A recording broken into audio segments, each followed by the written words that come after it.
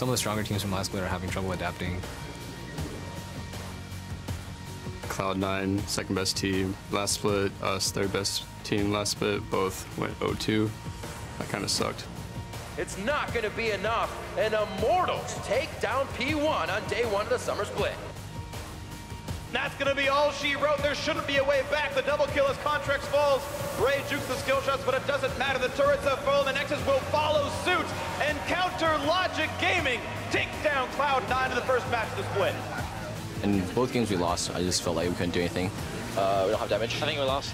Yeah. Because they had insane engage and we just had nothing to deal with it. Flybee still gets shut down. The CC is too much. These solo laners are dead, and that's what's going to be all she wrote. Hopefully we can show that we're better than that.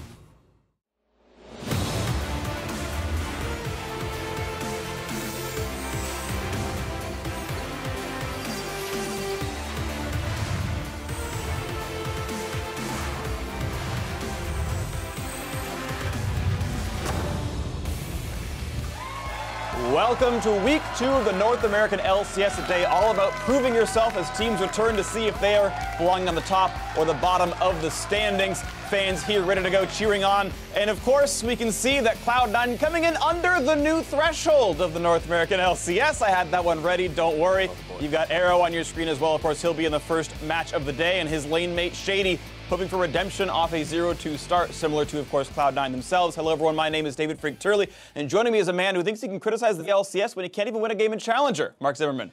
You didn't even read Analyst Dojo. During read-through, yeah. We called it the Analyst Desk. I was like, there's no desk. Can we call it the Dojo? Yeah. And you didn't even say it. I just got to flame you. I got an prompter for you. I need to flame you. And so the flame has happened. You had no response. Yeah. It is more important. Thank you very much. Of course, we've got a lot to do here. Let's take a look at the standings and how they shook out after week 1. Some of the bottom-ranked teams from the spring split, like Team Dignitas, Immortals, Echo Fox, are all 2-0 so far in matches, while our top 4 from the spring split are a combined 1-7. It's topsy-turvy, and of course we can see many of these fates change today. Up first, Ryu and Phoenix 1 go head-to-head with Contracts and Cloud9, and then Immortals aim to keep their week 1 momentum rolling when they take on Team Envy a little later.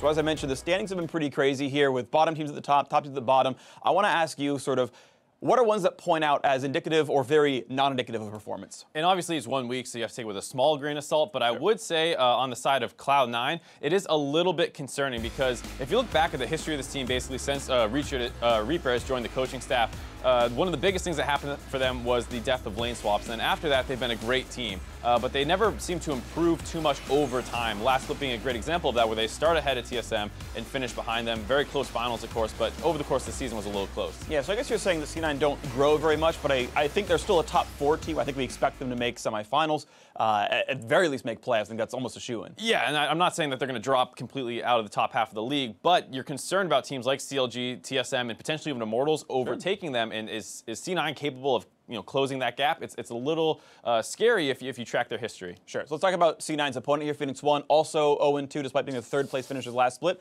Thoughts on them? This is another one that you're a little bit more concerned about, I'd say, just because while C9 has all these proven veterans, you're never too scared for them. On the side of P1, they do have some untested players in Shady and in Ori. Yes, they were able to close out that 3rd place match versus FlyQuest last split, but it was very close. And when you're going up against a whole 9 week of competition, are you going to hold out that whole time? And if they start to struggle, can they bounce back? And it's a concern where maybe this team really does start dropping down to the lower half of the league. Yeah, might see that. Of course, speaking of teams at the bottom half of the league, Immortals actually, I think, have been doing an amazing job of growing so far, beating TSM, beating Phoenix 1. Like, those are very high-quality wins. Immortals, sure, it was a close series against P1, but the fact that they are 2-0 in matches, the Dardock Smithy swap has seemed to help them, the camaraderie, the teamwork, whatever you want to call it. So far, it's been working. And the way they won was impressive, too, against TSM, where it wasn't just some snowball that can happen to any team. They actually outplayed them in the mid and late game with some good coordination. And that's the kind of stuff you want to see that bodes well for performing over the course of the season, not just getting a good early game. So what about a team we're overrating? Potentially, for me, I'd have to say Echo Fox, unfortunately, just because we saw this a little bit last year where they came out and they had the even week, odd week, Echo Fox 2-0, 0-2s. Maybe it's the start of that again, but either way, we just know that this team does have some consistency issues, given the fact that they didn't really change up the roster at all. There is some change to the coaching staff, and that's exactly the kind of stuff a coaching staff can fix, but it's one of those things that's purely speculative right now. Sure. Only had 2 matches. We'll see what happens, of course, in the future with Echo Fox. But meanwhile, that's going to do it for us breaking down all the teams. Now, before we do hand it off to our casters, Zig shared why he's not sweating over facing Cloud9 today. Cloud9 lately has actually been struggling a little. I know Impact basically just got back from Korea like within the last week or so. So they've been scrimming with Ray for like two or 3 weeks, like however long they've been off break. And some of the stronger teams from last split are having trouble adapting to some of the changes, and maybe some of the lower teams are just better on the current patch. So I think we have a good matchup versus them. Like in scrims, yeah, we've been favored for the most part. So I'm not thinking any differently. Hello, everyone, and welcome to the Battle Arena. With those comments as well, Zig obviously referring to the team and hoping that they can find the resolution to right the ship here as they go against Cloud9. I'm Rivington Bizen III, and happy to welcome back Joshua Jat Leesman. Welcome back to the desk. Oh, man, it's good to be back. Having to watch that first entire week of NALCS from home was excruciating. Very happy to be back casting the NALCS. Feels bad, man. This feels great. And we're getting ready for now our first series here as North American Rift rival representatives Phoenix1 and Cloud9 take to the stage. It is strange to think coming into this match that one of these teams, being, as they said, top teams, are going to end the day at 0-3. Exactly. Second and third place from last split. And for Cloud9, fans are hoping that that 0-2 is just a result of unfortunate circumstances. You know, Impact came back late from Korea, so they played both games with Ray, and they also faced some of their toughest competition in week 1. The hope for C9 is that the results in week 1 were an aberration rather than what's more like the norm. Because you look at their games against COG and TSM, they did make some good plays as a unit. They just didn't come up with the victories. That being said, they need consistency ASAP because a tough schedule or not, if they go 0-3 at the start of the summer, that does not bode well for a team that wants to make Worlds. That's right. Well, they always say you don't learn too much if you're winning. So I guess since they have the losses, learn a lot. They've been able to learn a lot. So the same pressure is on Phoenix1, who, despite solidifying their starting roster, also look to have a bit of synergy issues in week 1. Yeah, specifically, you saw Phoenix1 bot lane being exploited in the laning phase, which was not very normal to see. Arrow and Shady each died 5 times pre-15 minutes, which clearly shows their level of underperformance. And the team already had a target on Arrow, given the fact that he was the MVP last split. So if Arrow underperforms and then the rest of the team doesn't pick up slack, then those losses may continue. So they as well have to have a strong showing this week. All right, well, let's get right into it. Let's take a look at the starting lineups. On the blue side, it is going to be Phoenix1. That means we have Zig coming into the top lane, Inori roaming around in the jungle, Ryu at the mid lane, Arrow at bot with Shady as the support, and Coach Fly for picks and bans. Inori and Shady in particular need to step up this week. On the red side, it is Cloud9 with Ray again getting the nod to start in that top lane. Contracts in the jungle, Jensen mid lane, Sneaky and Smoothie in bot with Reaper their coach. And we'll see as we were talking about the bot lane of P1. Both of these teams obviously need to make some moves here coming into the second week, but looking at that MVP and how much they have put resources into him, bringing Shady onto the team, he has been into the Lulu, the Karma, the Zyra for disengage, safety for Arrow, but they're not having the same results from that bot lane. Yeah, and the team made the clear call to go with Shady towards the end of last split, despite never really showing the huge results on stage. You look at Shady's all-time record, including playoffs with Phoenix1, he's 5 wins, 11 losses in game. So they actually haven't shown huge results with him on stage, as well as Inori with a lot of Phoenix1's best games coming with Meteos. So both those guys really need to step up to prove their worth on this team. We'll see who gets the respect bans to start things off. That Rakan initiation does get taken out by Phoenix1, and Zach, as we should see, 7.11 here, 7-11, so we could see some different stuff. Yeah, absolutely. Big gulp patch right here. We have the Rakan being banned, and that was something that Smoothie mentioned being a problem for Cloud9, in the fact that they couldn't really do anything because the opponent had too much engage. Elise is another pick that has a lot of engage and a lot of power on this patch, so you can see just kind of across the board, a lot of the initiation getting banned out by both sides. Inori as well trended to an Elise last week. It's interesting to see them take it out themselves. Feels comfortable going on. Maybe the Olaf both of these have played. We can see that going back and forth as Galio finds himself taken out. We've seen a lot of Talia comps or dive comps coming and use the Galio recently. Yeah, one thing that's interesting here is that the Kennen and the Fiora are remaining generally unbanned. Ray, at least in the past, has been known as a carry top laner. They're trying to move him a little bit more towards tanks, but they generally use him as the sword, so to speak, when he's up in the top lane. So a Fiora or a Kennen coming in early for him would be pretty likely, since it doesn't appear to be there in the ban phase. There's the Caitlyn, a little respect to the bot lane. Zig was actually giving Kled in their game versus Immortals. One after the other, they were able to kind of knock that down quite easily. Yeah, Zig, obviously Phoenix won 1-2 in both of their series, so a 2-4 game score overall. Was 0-2 with that Kled, but locks in the Gragas for the first time this split. Cloud9 to answer with the Kennen, something Ray has already had in his hands. They do have a game win on that Galio in the top lane. So back to a Kennen, they have not seen that victory on just yet, but still feel like it brings about a strong composition. Yeah, not a big surprise there that Kennen was banned. Interesting though that Phoenix 1 banned Kennen in all 6 of their games last week, but decided to leave it up against Ray, who's one of the most likely to pick it, even though they didn't find success the one time they did, and then Thresh rounds it out with some initiation utility. Maybe feeling good about that Gragas pick. If they can get it first, bounce Kennen out of the fights, we will see what happens. Thresh has seen himself on the ban list quite a bit, and now with playmaking supports coming back into the mix, he's getting picked a lot more too. Yeah, a big reason for that resurgence is the fact that AD carries are starting with this overtuned Doran shield that gives you so much regen down in that bottom lane. So the poke from someone like Karma doesn't feel quite as devastating. We're going to get to see that play out here as Phoenix 1 is still with the standard Karma. Shields, or at least one so far for Arrow, as there are a few more left on the board if they do go with an Orianna towards the end of this composition. On the side of P1, 1 second left. It looks like they'll lock in that Xayah as they banned out the Rakan. They wanted that pick on the ADC. Yeah, Xayah's still a fairly popular marksman pick, even if not paired with Rakan. It is something Sneaky tried to play twice last week to not very much success. This can be said for both teams since they were 0-2. This will be the first time Arrow picked it up.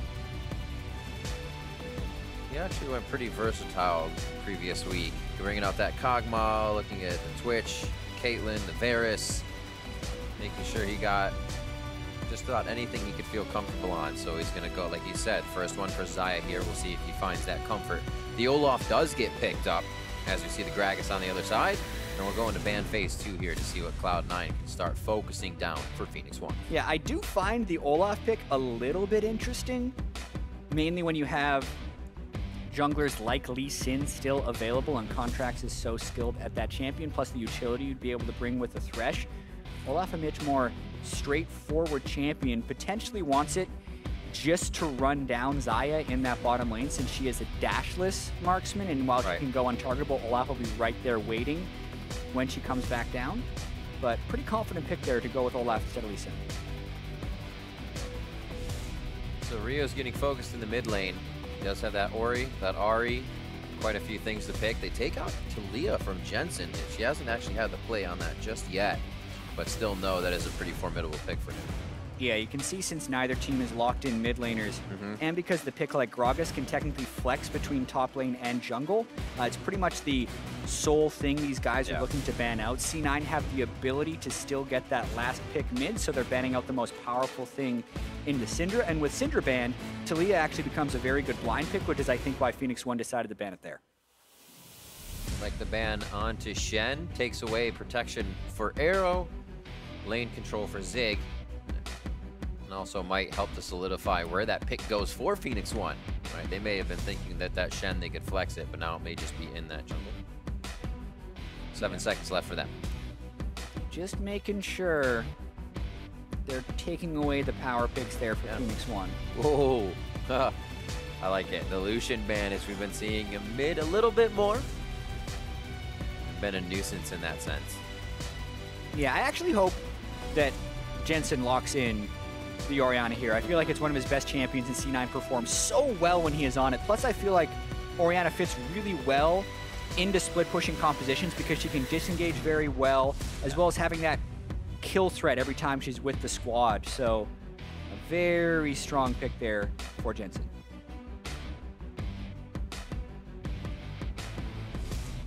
They already have safety picked up for Shady.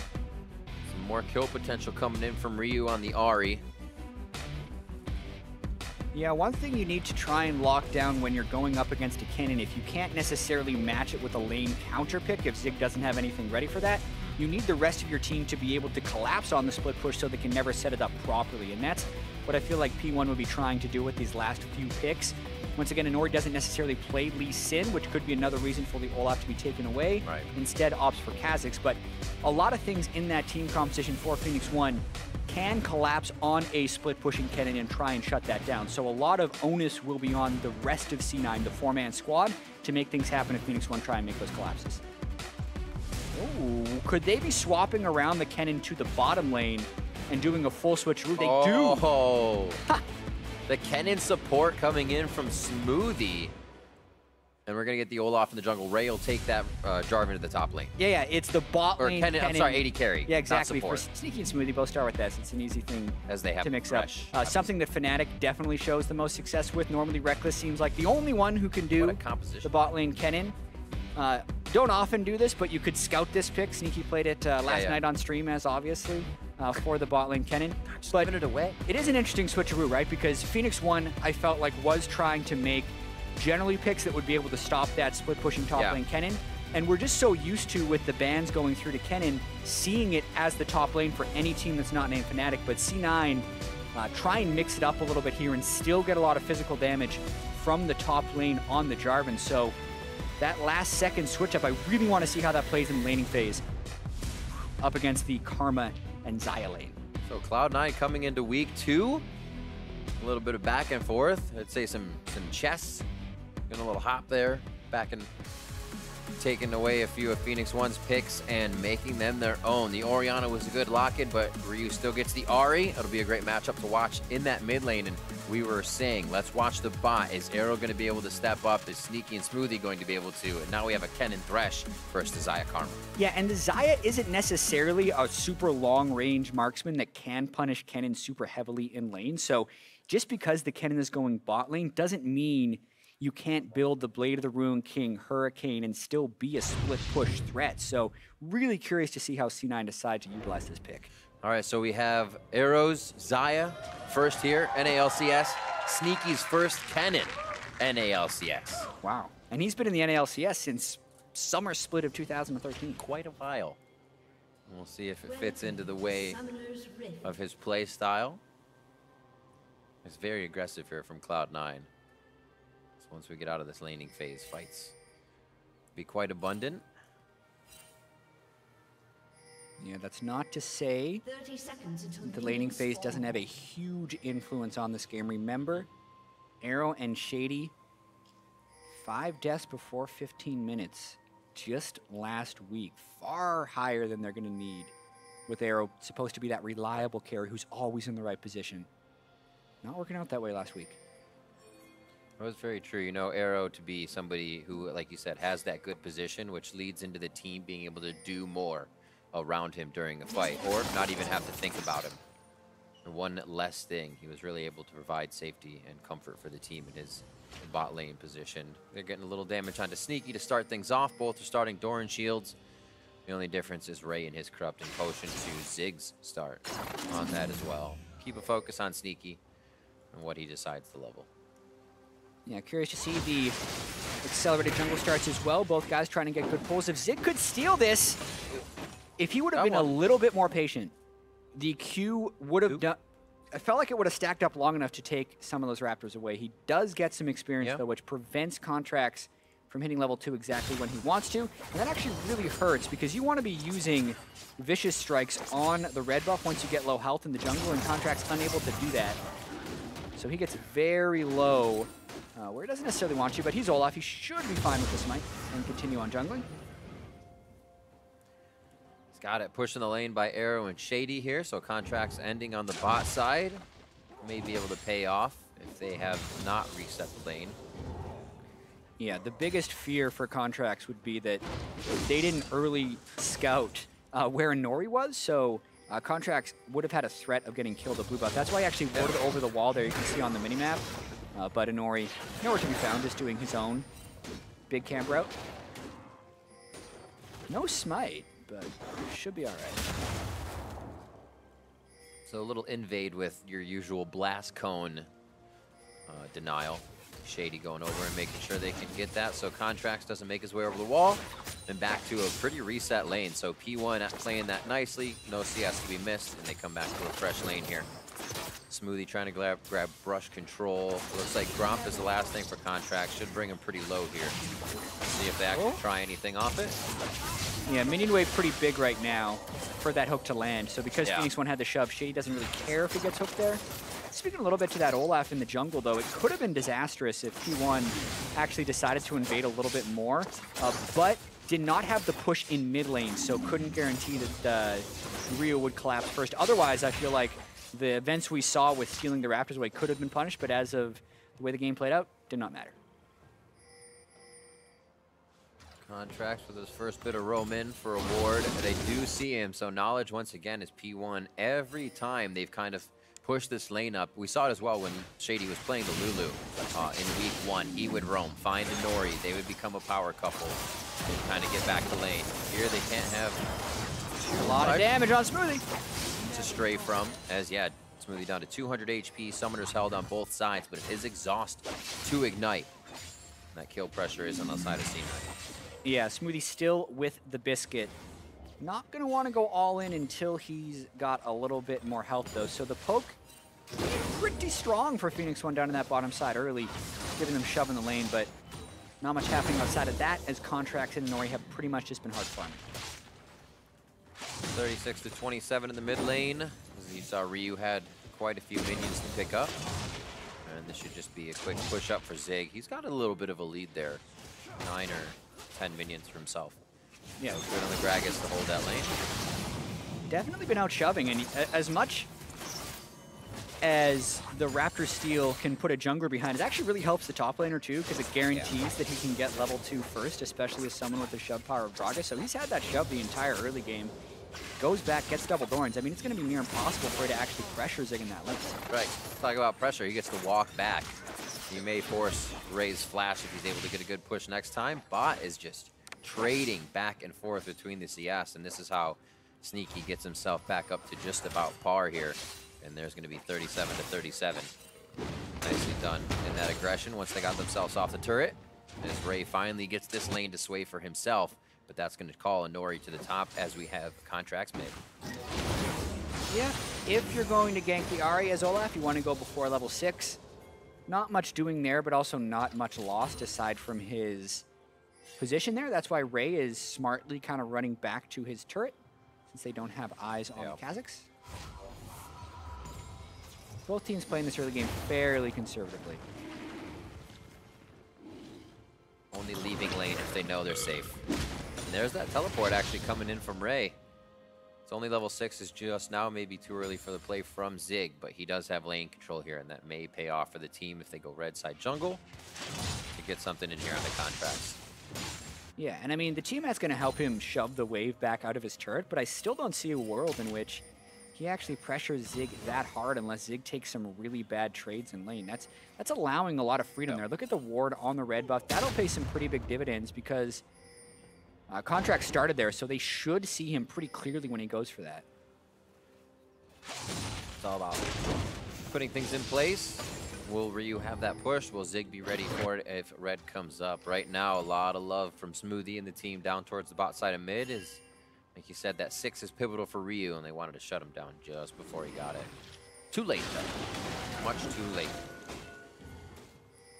Also, I do find it interesting to point out whenever you have a Cloud Drake as the first spawn in the game, it's a harder to kill Drake than the other ones because it does more damage, but control ward! Contracts in a good spot to keep this one going. The Resolve tries to get onto Contracts. Right to the wall goes Arrow, but he cannot get the flash over the heal, and he still goes down. Yeah, first blood. Great play by Smoothie right there. The patience in lane, knowing that he needed to deny Arrow from getting into flash range for that wall. Nori and Shady, they're going to try and stop this steal. This is that teleport Zig still has. Contracts to flash over the wall with the lantern. And they get Contracts to safety. Looks like they're just going to do some ward clearing here as C9 skips out. Oh, man. Phoenix 1 thought they had that kill. Dead to rights. The teleport actually completes for Zig, which is really unfortunate. Gonna watch this kill one more time, though. Arrow definitely a little bit further up than he needed to be since he didn't have the jungler in his back pocket. Well converted kill by C9. Stacking the cannon stun after the play to again deny the movement, so nice way to get that first kill.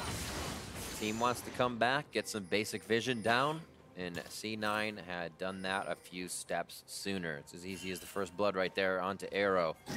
It is going over to Contracts, get his jungle spiced up a little bit more. Now he gets to go ahead and take that top side that was warded. His red is no longer a problem, and that pressure was pretty much diffused of Zig having the teleport up now. Ray returns to lane, keeps that CS just about even. So C9 staving off the first bit of aggression there, really creating their own, and then dodging out, I should say. Yeah, just a good control ward, and it also relieved pressure on the top side, which is almost more than they could ask for.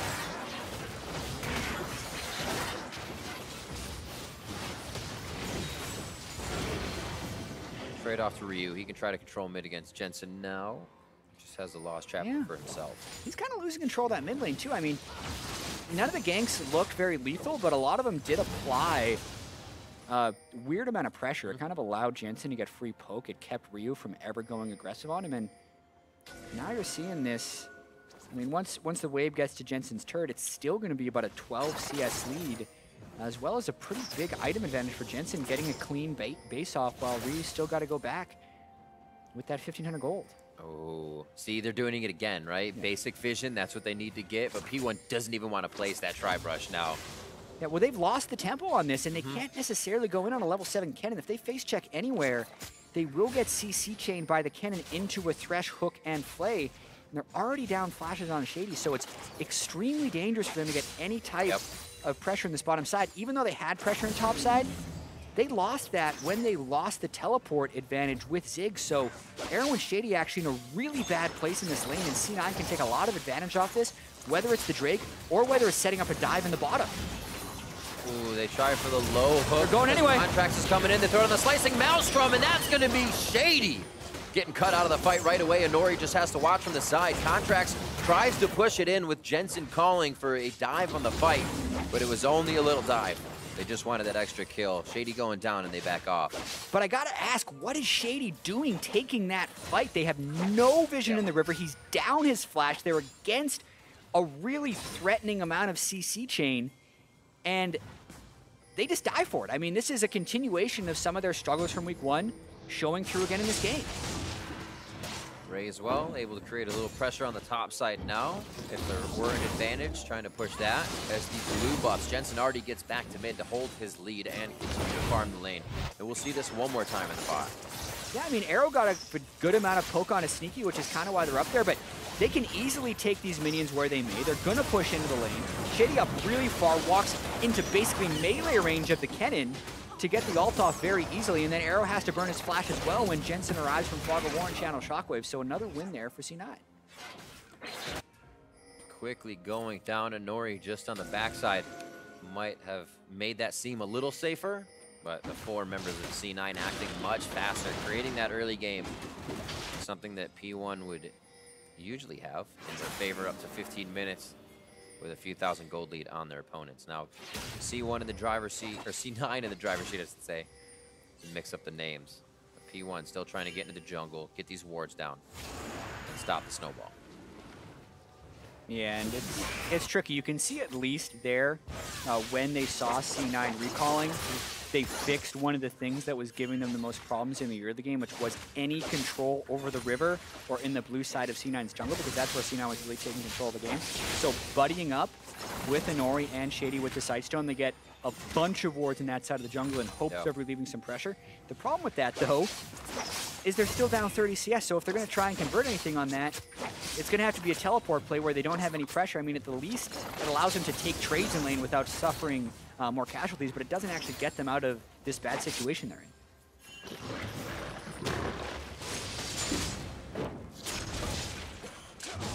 Ready with some good damage. You see Zig can't stay in those fights too long if they go over the extended. Just looking at what P1 could possibly do to maybe find some picks as well. Sieges don't become easy for them trying to get under the turret on an Orianna or a Thresh and Kennen. They're going to lock you up. Jarvan can just get away. It's going to be interesting. These wards in the jungle have to pay off for some charm picks, or if they can find it with Shady roaming around. So far, he's been locked into lane now. Like I said, in previous games in week 1, we saw Shady roaming with a Nori that slowed down. The way that P1 would find themselves a lead has kind of been cut out. First turret going over to C9 as well. They really haven't seen any pressure back yet from P1. Yeah, and they have been relentlessly focusing this bottom side with jungle attention, as well as some great play by Sneaky and Smoothie, and they're attacking P1 right where they're supposed to be strongest. I mean, remember, Arrow was the MVP last split, and he can't get out of lane. Ooh, evasive maneuvers coming in from Arrow, but again finds himself a little too far forward, going for vision as the team just continues to lose it towards that bottom side of the map. Yeah, and that was where they did technically have vision of the river, and they were hoping the contracts had gone for a recall, but another pre-15-minute death by this bottom lane. Arrow and Shady 100% of the deaths for Phoenix 1, and most of the advantages by C9 have been gained there. There's two sides to it, right? It's the fact that while, yeah, we're getting camped, but then you have to realize, yeah, while we're getting camped, this needs to switch up.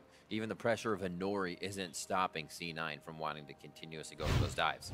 Exactly, and you can see Arrow right here pushing up, almost kind of greeting for CS and Vision. They saw C9 kill the turret. The only thing you're trying to do there is kill the control ward, but at least wait for your support. There should be no rush on that play. If they did recall, then there's time for them to come back to lane anyway. So Arrow and Shady just not on the same page, and neither of them are individually making the smartest decisions, and they're paying the price. So Ryu back to mid. We haven't seen much from him yet. Still shining light here if Ryu can pop off, get a few kills. P1 obviously still in this. But right now, Arrow and Shady are having a hard time making something work for the bot lane. Zig as well. Still teleport play to be made. It seemed like P1 was on the road to having the advantage in pressure before he had to blow that teleport early in the game. Since then, C9 has really had their number. Vision still pushed in for C9 as it encroaches farther and farther in the jungle of P1. Yeah, I think C9 is playing this game very well. They're playing around the playmaking of their bottom lane, and they have a bunch of playmaking left on the rest of the team. I mean, thinking of Jarvan, Orianna, that is playmaking in itself, and this bottom lane is not going to relent unless they have to. They have deep wards. They just saw a Nori at Raptors, so they're going to push. I wouldn't be surprised with the way C9's playing this, that it actually stays a low-kill game, and C9's able to kind of just face P1 at each turret. P1 doesn't initially take the fight, and we see C9 getting objectives without kill. Here is going to be the Cloud Drake going down finally 15 minutes in, as C9 feels like they have pushed enough for the moment, and they will be back soon. Yeah, I mean, after a 0-2 week at the start of summer, this is how you want to come out at the start of week 2. They're playing a controlled style. They found an advantage in the bot lane. They did a switcheroo in the draft to kind of surprise Arrow with that bottom lane Kennen pick. It looks like it's very well prepared. They have kind of abandoned this top side of the map to do so, though, and it's to P1's detriment that they didn't try and take advantage of that with an early advantage on Gragas, as well as an Ahri pick that has a lot of kill pressure on whatever it goes up against. So now they're going for that Rift Herald at the very least and should be able to get it. Woo. If only. If they only knew. So we see Zig having to back here. So Zig doesn't really get a choice with bot lane going down. Sneaky and Smoothie are going to be in his lane. Arrow and Shady have to respond to that as well. Create that bot lane top now. And we'll see with the lane push already going in, Ray has done work. He gets to roam. And Cloud9 has so many options now to start making extra things happen. Yeah, Ray just taking away some cheeky Raptors as he wants to. Anori's going to have to find a good spot for this Rift Herald. P1 would love to be able to get a pick first. They don't have amazing initiation. They just have the Gragas and the Ahri. Ahri just used ultimates, so pretty much you're hoping Anori could help out Zig in some situation, get a kill on someone, and then pull a Rift Herald. Because if they use the Rift Herald in a lane that has a lot of minions, they're not going to get anything out of it. Ray, though. Oh, Ray going right to the back line. props to Jensen as well for continuing the command dissonance moves. He still has ult if they need it. Uses it there for the kill onto Zig. And the pressure to Honori here. Shady's looking to come in for the shields, but he's put himself in a bad situation as Contracts goes for the undertow kill. And Shady falls coming in for protection. A double kill for Jensen. An absolute disaster from Phoenix One right there. C9 get everything they could want and more. Jensen dominating in the mid lane. They continue pressure up in the top side. Sneaky's gonna get that one after an extended amount of auto attacks up there. I mean, C9 is dominating P1 right now. Huge collapse towards the mid lane. Oh man. Ryu taking a lot of damage. After Jensen did that with one Q and W towards the mid lane, and then he did it 2 more times, and that was the reason they were able to take mid. So I was wrong about more kills coming in with the turrets. It's both going to happen. We'll see this again. Yeah, well, they already knew they had the ultimate down from Ryu, so Ray just has to deal with the flash, knows he gets it out, the charm misses, he can go in right away. And then this highly questionable teleport completion by Zig. He has rushed a Frozen Heart as his first item. That gives him no defenses against Jensen's Orianna, who is level 13 with blue buff, still has Shockwave, so he deletes him. And then Shady just adding insult to injury right there, coming in late and also giving another kill over.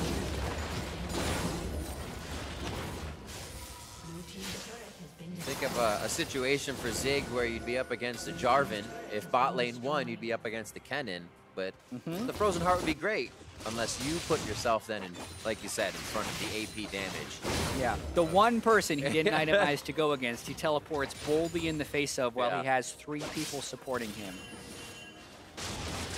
He is actually pushed up quite far. Zig is in no man's land at the moment. They actually just got a ping on him as well. Bot lane being pushed by Ray here. They're going to need to respect that as he's getting close to the turret, but he's going to be routed by Ray. And that can turn out bad for him. I mean, they're just desperately trying to get that 1 kill so that they can use the Rift Herald before it expires, which is going to expire pretty quick, and maybe get a turret. But we could actually be seeing a glimpse of the Void buff that doesn't get anything. I mean, I could actually see P1 so far pushed back in this because they lost all their other turrets. They're not even going to be able to summon the Rift Herald near a turret, so C9 could kill it before it even gets a charge off. Would be a first. Ray, flag and drag out. And it looks like he makes his way to safety. Not even going to leave, though. His pressure is so necessary in the bot lane right now to keep this up. Almost a slicing Maelstrom to start things off on Ryu. 1 charm saves his life. But how much will it save of their jungle? Now that C9 gets to go from top to mid to bot just through the middle, means P1 has to go all the way back to base to do the same thing. Yeah. Whoa! Does take a little bit of damage. Ryu, a little bit, not really itemized where he'd want to be. Finally, as it's about to expire, Nori pops it down in the base. Here's a situation where C9 do have to recall with Sneaky. So they got something. They didn't get a kill, but they at least took Sneaky off the map temporarily. They're gonna hope this Rift Herald goes up, but look at this. They have to abandon it. Nothing out of Rift Herald. This is the low value of the buff if you do not have a lead. C9 is playing this so well. They're just starving P1 out. You're coming back from a 0-2 week, 7-0, 5-0 in turrets, 21 minutes in with just about a 10,000 gold lead right now. It's definitely how you want to play it. Woo. And definitely not how you want to play it if you're P1.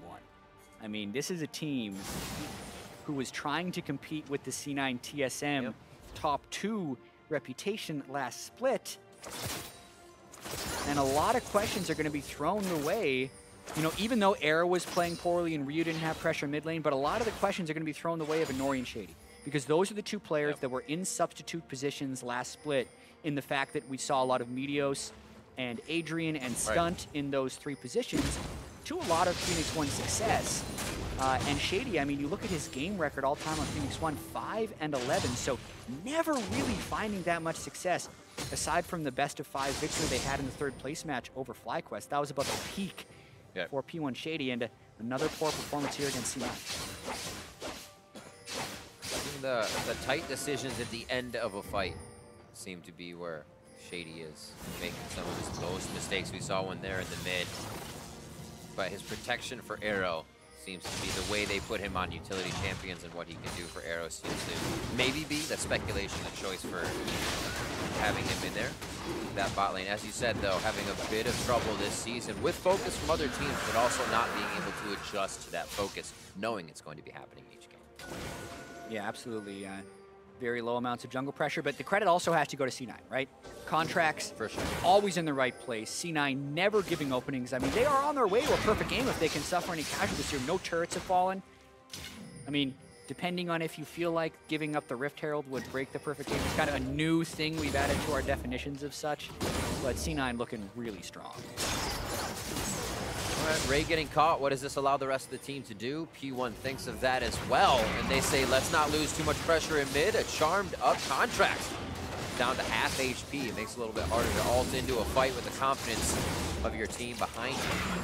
But Jensen's doing a very nice job at getting this dissonance damage in. That blue buff on Orianna, you need to be continuously throwing your ball in. Yeah, and also just point out once again, we are on the most recent patch right now, 7.11. The Banshee spell was changed in that patch to go up to 60 magic resist. So Jensen, as he's chunking Ryu there for half his health, is still running around with 121 magic resist when he has the ball on him. Also get to mitigate some damage with a shield if you want. Pretty nice. The shield could be on Contracts for Ray, though, starting off one of these fights. Arrow, they continue to find Ray. Right now, he's just playing Ring Around the Rosie in the jungle with P1, while C9 goes and circles around, makes sure Baron has vision, and they are going to be able to take it 24 minutes in. TP coming in from Zig. They're doing everything they can. All out, go for broke. They'd have to go right now.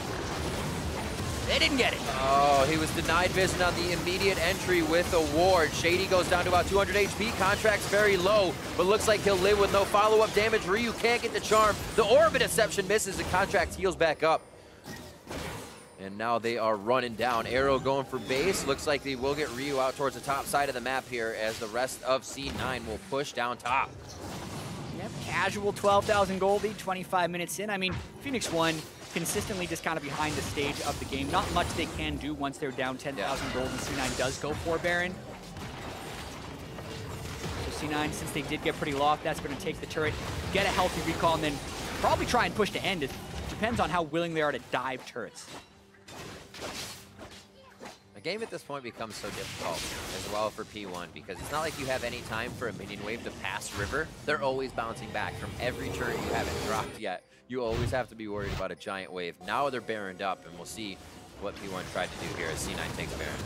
Yeah, I mean, Zig kind of waits for the rest of his team, does his best to go with Ryu to try and get something done, but Ryu can't get past Contracts. And you watch Jensen over on the side of the fight, basically just pushing off completely Arrow and Inori along with Ray. So they didn't get fatal damage on them, but they did make it so they couldn't enter the fight. And that's all C9 was really worried about. Nice lantern there by Smoothie. Items on items here. Gargoyle stone plates.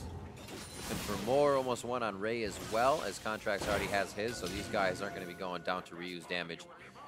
Jensen already has his magic resist.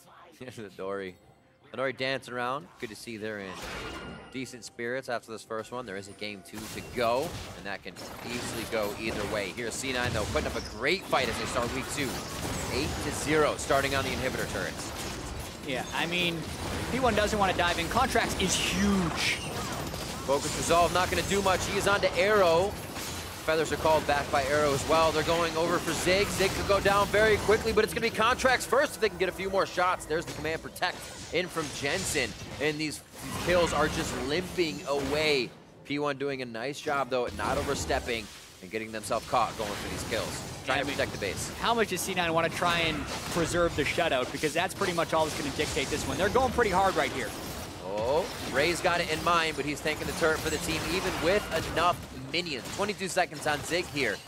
And Cloud9 looks like they're staying for the long haul, at least for a few more kills. If they can get one, they'll go for everything, if not already. Yeah, still have Sneaky's ultimate as a peel if P1 try and engage, but the wise thing to do is to back away as they are doing. That moment when somebody takes the lantern, you should have gotten. You have to double back to make sure everybody gets out safe. Zig is up. They have waves to be pushed, so no question for what P1 needs to do right now. Cloud9 has a free map. They should be able to come back and grab this Ocean Drake as they have 2 clouds to their name to go super fast around the map. And 54,000 to 39 now. Keep that perfect game going. Yeah, it does feel like the game is stretching a little bit, but that's because Cloud9 is just playing very clean, and Phoenix 1 isn't doing anything that would accelerate the game by going over aggressive, as you said. So Zig trying to be frontline a little bit, maybe protect the turret. It doesn't actually take C9 that much time to burn through him, despite having the Frozen Heart and the Spirit Visage, just because C9 is so far ahead of the item curve. I mean, just look at Jensen's items right now. He's a full 4,000 gold ahead of Ryu in this game because of all the objective gold they have with 8 turrets as well as the 4 kills. So just total domination by C9, and they're playing it actually very conservatively here, but closing out in a good way. Extra pocket change for elixirs as you see the iron onto Ray. So you know they're putting the money into that instead of next items. They are ready to put the finishing touches on this game. Let's just see where the movement is from. They have a good split with minions in the bot lane. They're actually pulling P1 out of the base. Interestingly enough, P1's going to bite a little bit here. We'll see how much this gives C9. Yeah, just using the map split to get Sneaky more free time. I mean, this is the way you kind of use the split push Kennen, so to speak, even though they're using him as a bot laner. He's fed enough now that it doesn't matter what lane he started in, the champions can do the same things. I can't remember what team it was, and they picked the Kennen as well in week 1, but they're like, it's having another Ashe in a side lane. You just clear waves, continuously go, and you have a chance to stun somebody. Well, they're using it quite well here, and Sneaky's first play of Kennen in the NALCS is C9.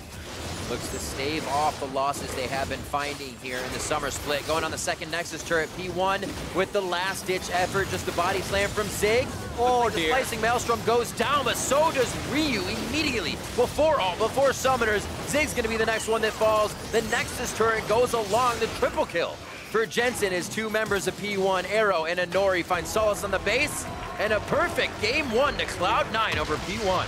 Only took 29 minutes, but it felt like they were just walking over Phoenix 1 the whole time.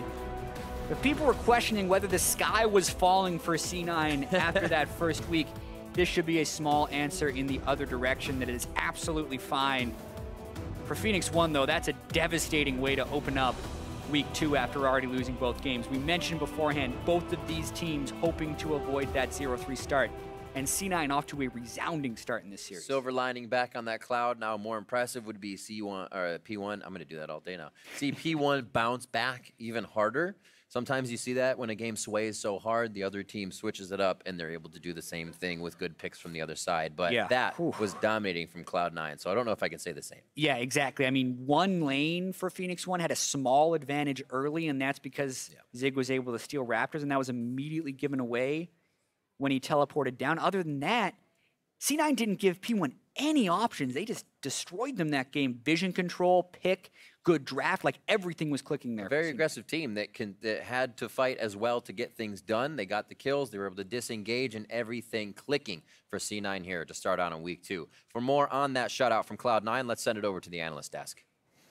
Thank you very much, Rivington. Wow. Okay, so Cloud9, you actually want to give you props. You said C9, maybe they don't improve as much over time, but they're clearly a top-end team. P1 maybe a bit slower to start. And yeah, Cloud9 wiped the floor with Phoenix 1. They're down to ashes. Hopefully they can rebirth before it's time for game 2 because, my lord, C9 smashed them. Yeah, I mean, this is one of those games where you can talk about the draft and talk about this, but what it really comes down to is play. And anytime you have, as we'll get into later, a potentially perfect game, almost perfect game, it doesn't come down to draft when a situation like that happens. So, like, yeah, there's a lot of interesting flex picking going on. The Gragas could have gone jungle for P1. Obviously, the Kennen on the side of C9 goes down to the bot lane. You get some cool draft stuff, but the most important thing, too, is the gameplay. Yep, and gameplay, we have Smoothie is insane at League of Legends, this hook.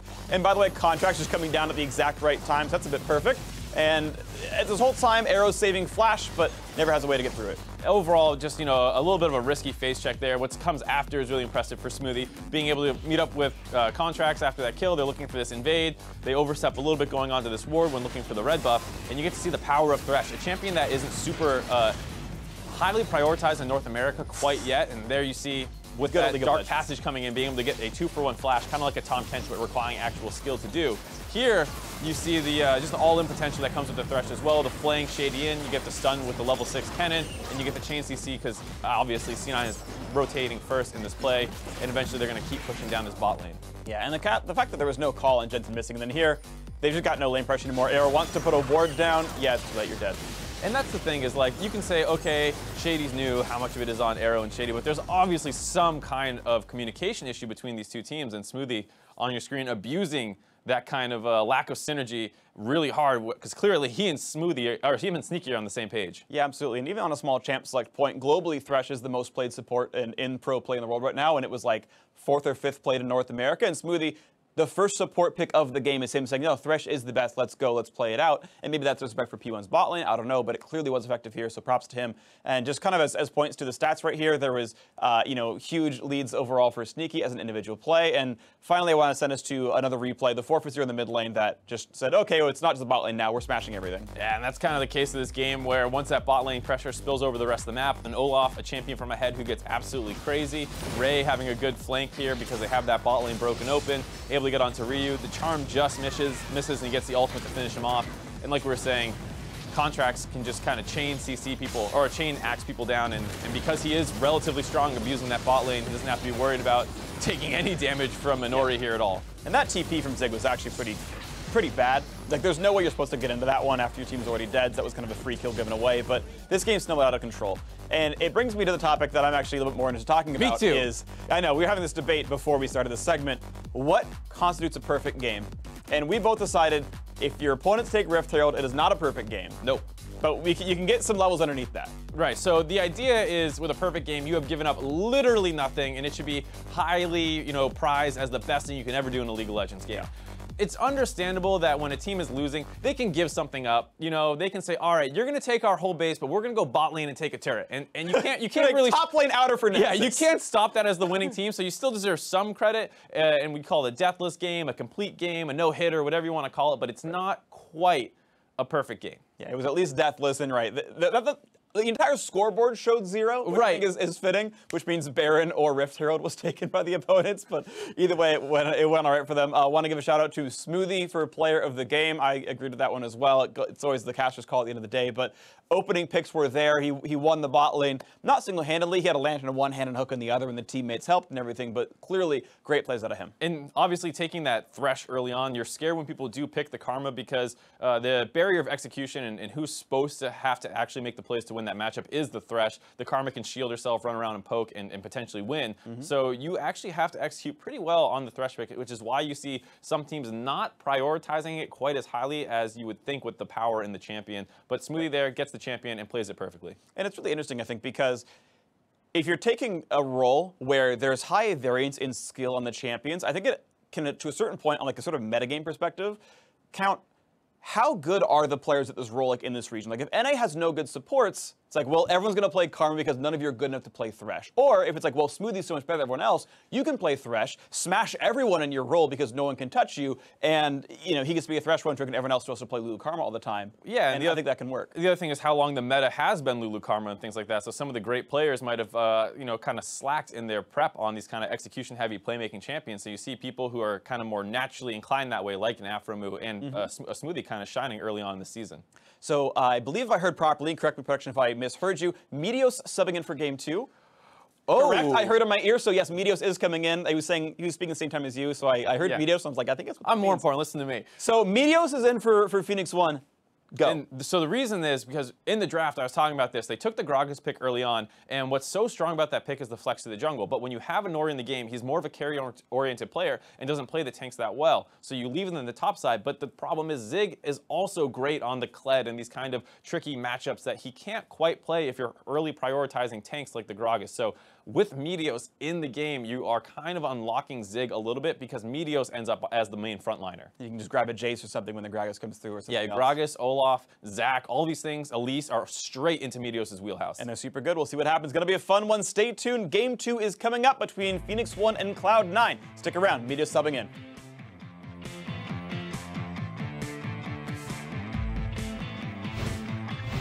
I only have 3 hand warmers. Hand warmers. Thank you. I only have 4 hand warmers. Mayday. Stinky. Stinky. Get it.